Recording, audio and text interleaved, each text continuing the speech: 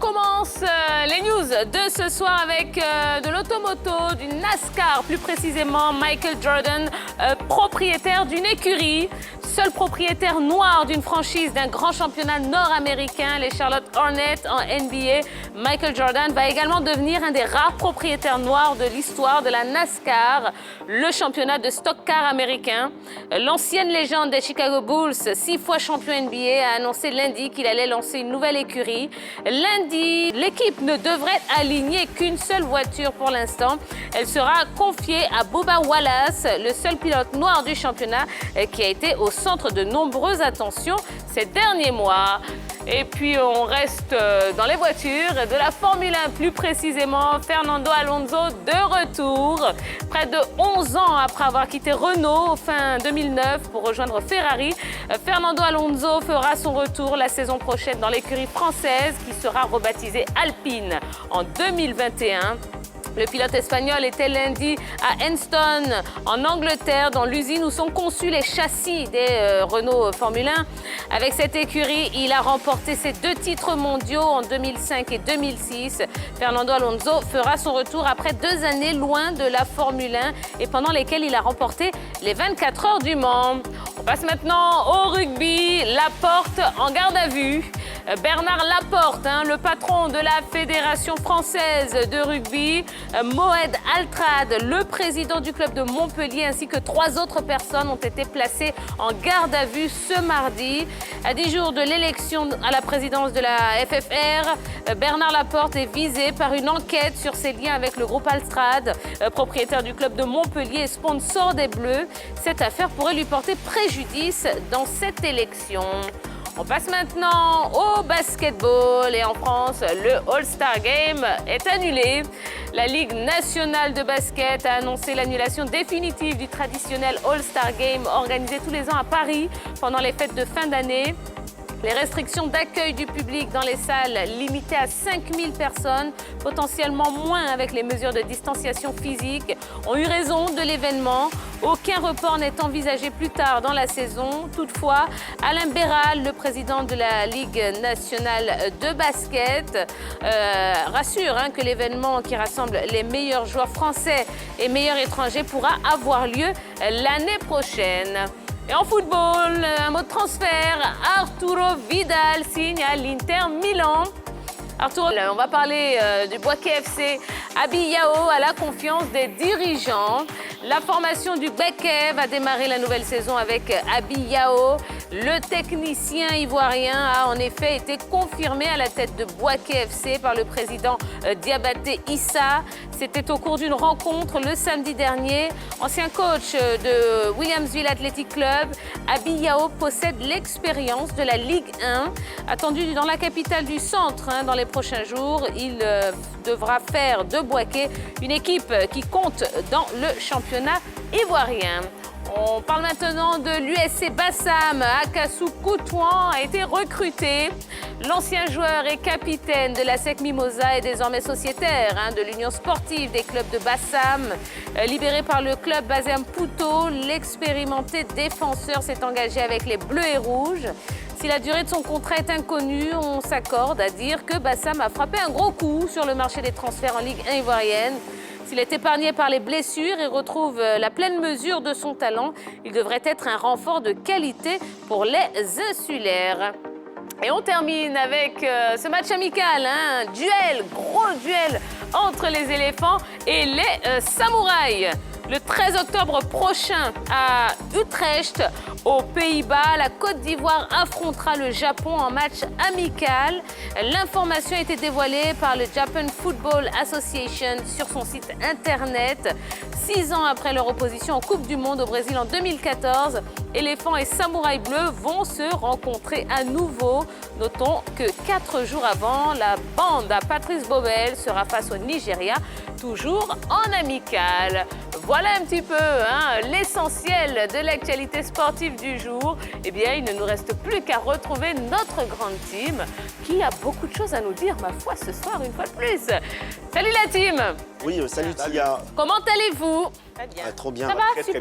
La Bien, on est forme? là, oui, ça va bien. Bon, on a un super programme. On va parler de Serge Aurier et puis on va parler du handi-marathon. Ah oui. Eh oui, eh oui, eh oui. Donc j'espère que vous avez bien bossé les sujets. Parce que, en tout cas, on aura l'organisatrice de l'événement. Ah, mais c'est super. Hein. Donc, elle aura plein de choses à nous dire là-dessus. Et d'ailleurs, j'en profite tout de suite pour vous rappeler que si vous avez des questions également à lui poser à notre invité qui va arriver tout à l'heure, eh bien, vous pouvez le faire en allant tout simplement sur la page Facebook de la 3. Allez, on commence notre émission comme d'habitude. On va débriefer un petit peu tout ce qui s'est dit là, LGT News. Alors, qu'est-ce que vous retenez des news du jour? Yellow.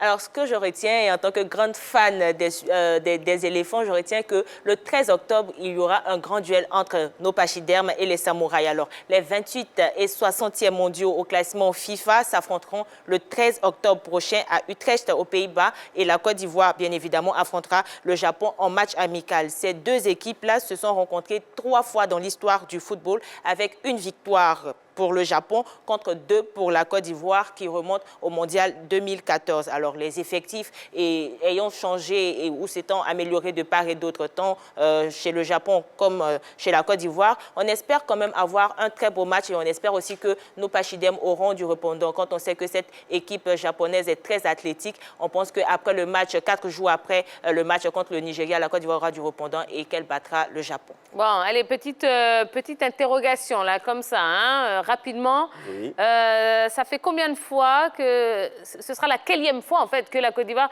va affronter le Japon en amical? Vous 4. l'avez Ah oui, c'est dit? facile, ça fait 4 Ok, fois. non mais Oui. d'accord, c'est bon, c'est pour savoir si vous suivez. On les a battus 2 fois. Comment? On les a battus 2 fois. D'accord. Allez, la première rencontre. La première rencontre, c'était quand? C'était en 1900. Non.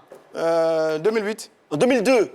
2008. 2008. Ah oui, Exactement. Ensuite 2010. Attendez, calmez-vous. 2008. Allez, à quelle occasion? Allez. Match amical? Match amical, Ah oui. oui. Match amical, oui. Et c'était pour quel tournoi? C'était pour la CAN 2008, je crois bien. La Cannes, le Japon. Oui, Le pensais que j'étais sur le tournoi. On était en 2008, pardon. Oui, j'ai oublié le nom du tournoi là. Kirin Cup. Et voilà, Kirin Cup, pardon, la Kirin Voilà, Cup. voilà, c'est ça. OK. Non, Qui a gagné?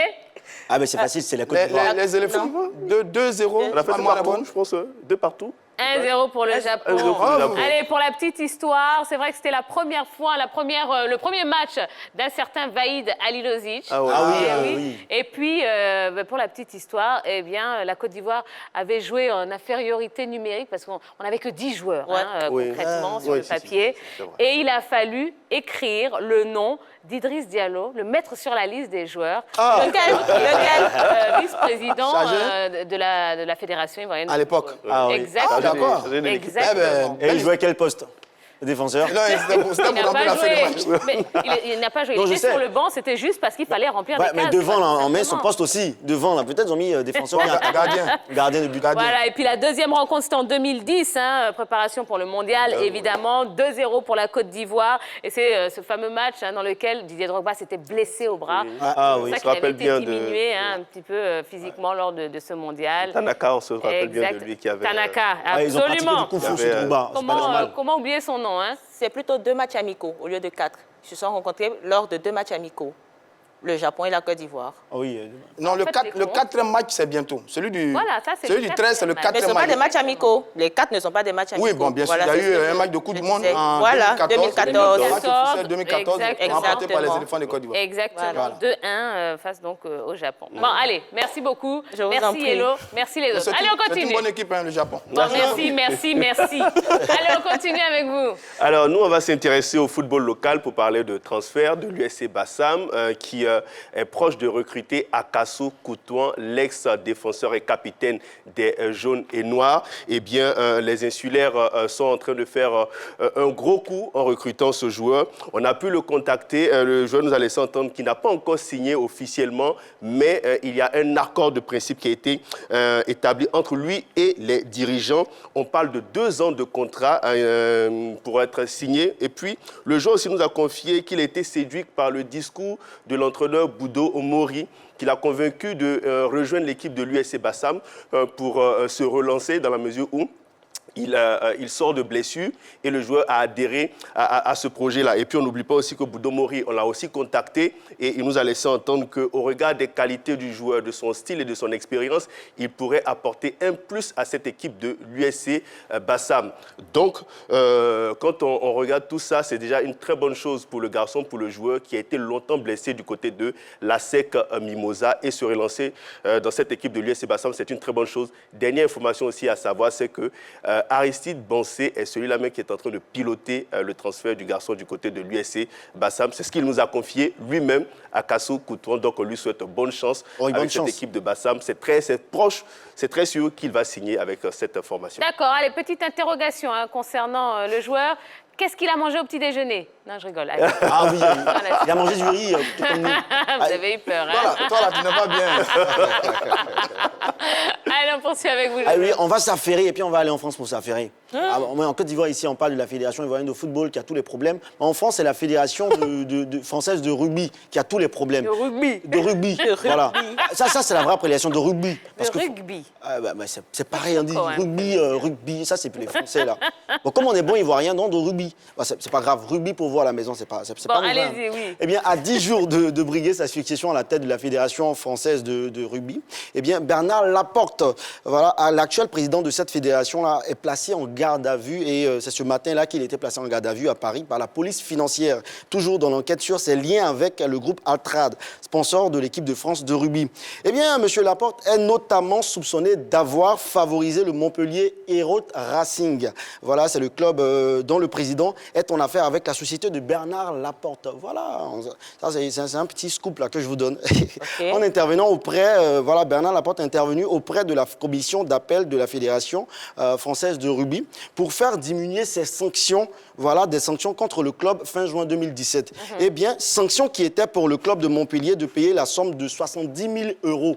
Voilà, soit 45 500 000 francs CFA d'amende et un match à huis clos, avant de passer à 20 000 €, soit 13 millions de nos francs CFA d'amende et un sursis sur le match à huis clos. Eh bien, le dossier portait sur le déploiement des banderoles hostiles à la Ligue par les supporters du MHR, qui est le Montpellier Hérault Racing.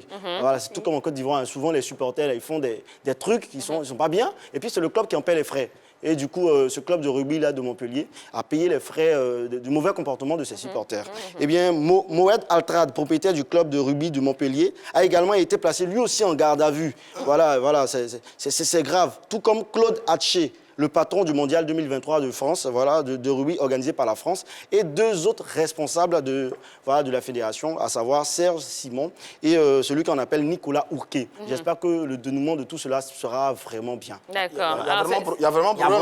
Vraiment problème. Tout le monde s'acharne sur notre fédération là. Quand même là-bas aussi, il y a des soucis. Bon, et puis c'est pas terrible pour Bernard Laporte quand on sait qu'il était ministre des Sports sous Nicolas Sarkozy, me semble-t-il. Mais tout cela peut empiéter sur sa candidature aussi. Absolument, absolument. Allez, très bien. Mandat. Très bien, merci beaucoup. Allez, on termine rapidement avec... On retourne chez nous avec le football et Bouaké FC. Abi Yao est confirmé entraîneur donc, de Bouaké FC. La décision a été prise ce samedi pour un bail de 2 ans à la tête de l'équipe de Bouaké.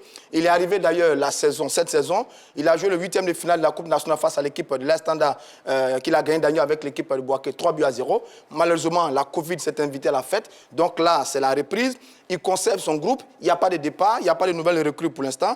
L'ambiance est bonne au sein du groupe, nous dit-il. Il y a une parfaite entente entre lui et Diabaté Issa, le président du club, qu'on appelle le chat. Tout va parfaitement bien. Eh bien, l'objectif cette saison, c'est les 5 premières places du championnat national. Donc, je le maintiens, mais obtenir un bon classement à l'issue de ce championnat. Abi Yao est un bon entraîneur. Il a été entraîneur du WAC aux côtés de Cablan Marcelin à une certaine époque. En 2016-2017, il a été élu meilleur entraîneur de Ligue 1. Il a une licence fédérale A pour entraîner une équipe de Ligue 1. Eh bien, c'est un nouveau bail pour lui, un nouveau contrat pour lui. Bouaké FC est la toute première équipe qu'il va entraîner après l'équipe du WAC. Souhaitons-lui seulement plein succès et bonne aventure à la tête de cette belle petite formation de Bouaké FC. Eh bien voilà, ce qu'on pouvait vous dire donc, concernant l'actu sportive de ce jour. Eh bien, on va entamer pleinement notre programme. C'est parti pour le focus.